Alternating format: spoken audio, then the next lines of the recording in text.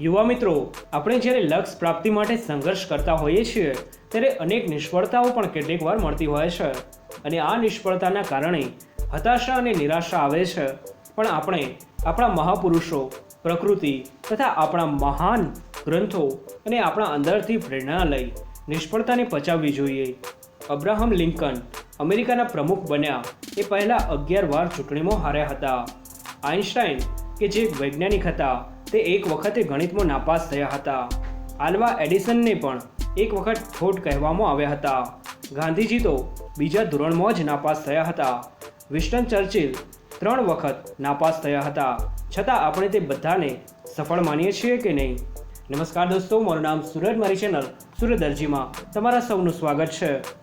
વનરક્ષક પરીક્ષા માટે ઉપયોગી પક્ષીઓ કે જેનો આ ભાગ 4 છે, જેમાં વનરક્ષક પરીક્ષા માટે ઉપયોગી હોય તેવા પક્ષીઓને લગતા અગત્યના પ્રશ્નોની ચર્ચા કરીએ છીએ.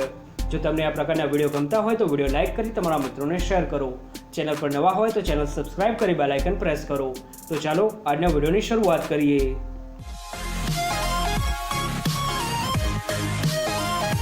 પ્રશ્ન 80.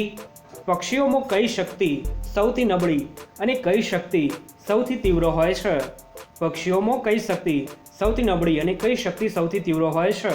તો પક્ષીઓની સૂંઘવાની શક્તિ સૌથી નબળી અને જોવાની શક્તિ સૌથી તીવ્ર હોય છે. પ્રશ્ન 81. કયા પક્ષીઓ એકબીજાના પીંછા ઓળી આપે છે?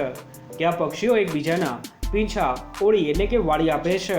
તો શ્વેત નયના જેવા સમુચારી પક્ષીઓ એકબીજાના પીંછા ઓળી આપે છે. પ્રશ્ન 82. કયું પક્ષી ચાંચ ઉલટી રાખીને ખાય છે? કયું પક્ષી એ ચાંચ ઉલટી રાખીને ખાય છે?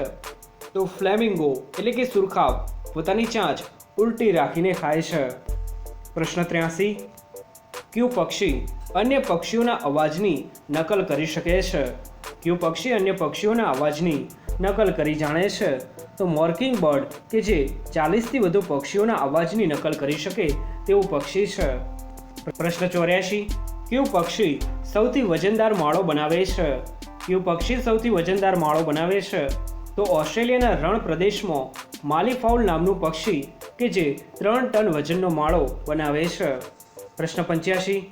કયા પક્ષીને કસાઈ પક્ષી તરીકે ઓળખવામાં આવે છે? કયા પક્ષીને કસાઈ પક્ષી તરીકે ઓળખવામાં આવે છે? તો લટોરા વર્ગના પક્ષીને કસાઈ પક્ષી તરીકે ઓળખવામાં આવે છે. પ્રશ્ન 86. સામાન્ય રીતે પક્ષીઓ કેટલું જીવે છે?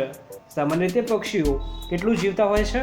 તો સામાન્ય રીતે પક્ષીઓ 10 થી 15 વર્ષ જેટલું જીવે છે, પરંતુ તેમાં કેટલાક અપવાદ છે, જેમ કે ગરુડ એ 20 વર્ષ જેટલું તથા કાકા કૌવા એ 70 થી 100 વર્ષ જેટલું પણ જીવે છે. પ્રશ્ન 87. કયા ઘુવડની દ્રષ્ટિ વધુ તીક્ષ્ણ હોય છે? કયા ઘુવડની દ્રષ્ટિ વધુ તીક્ષ્ણ હોય છે? તો બાણ નામના ઘુવડની દ્રષ્ટિ રાત્રિના સમયે મનુષ્યની દ્રષ્ટિ કરતાં 100 ગણી વધુ તીક્ષ્ણ હોય છે. પ્રશ્ન 88. સૌથી મોટું શિકારી પક્ષી કયું છે?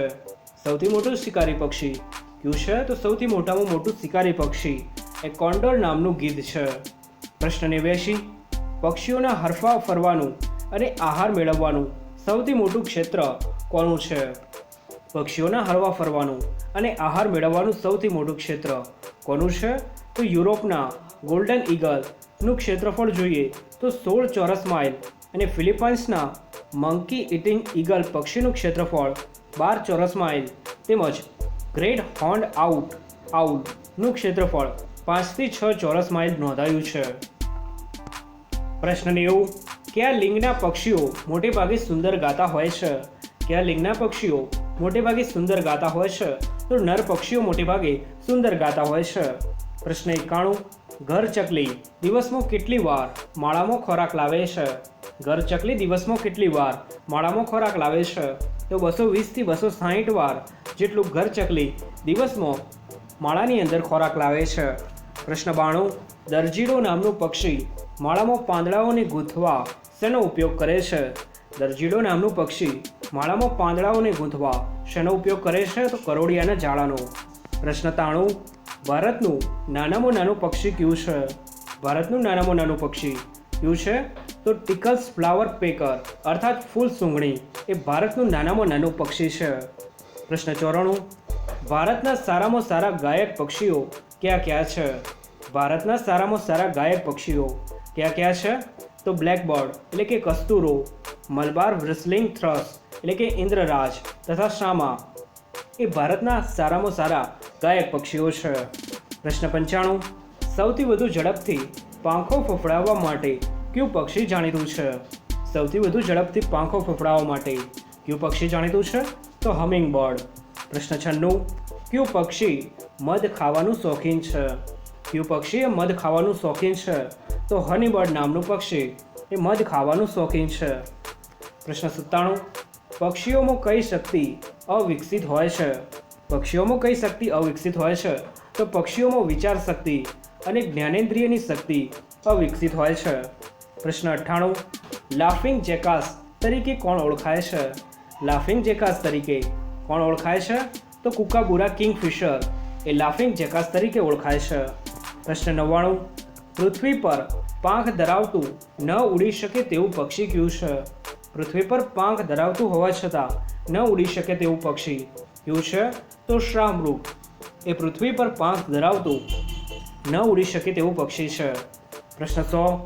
સૌથી લાંબી પાંખો ધરાવતું પક્ષી કયું છે? સૌથી લાંબી પાંખો ધરાવતું પક્ષી કયું છે? તો વન્ડરિંગ આલ્બાટ્રોસ એ સૌથી લાંબી પાંખો ધરાવતું પક્ષી છે. પ્રશ્ન 101. સૌથી મોટું ઈગલ કયું છે? સૌથી મોટું ઈગલ કયું છે? તો ગ્રેટ હાર્પી ઈગલ નામનું ઈગલ એ સૌથી મોટું ઈગલ છે.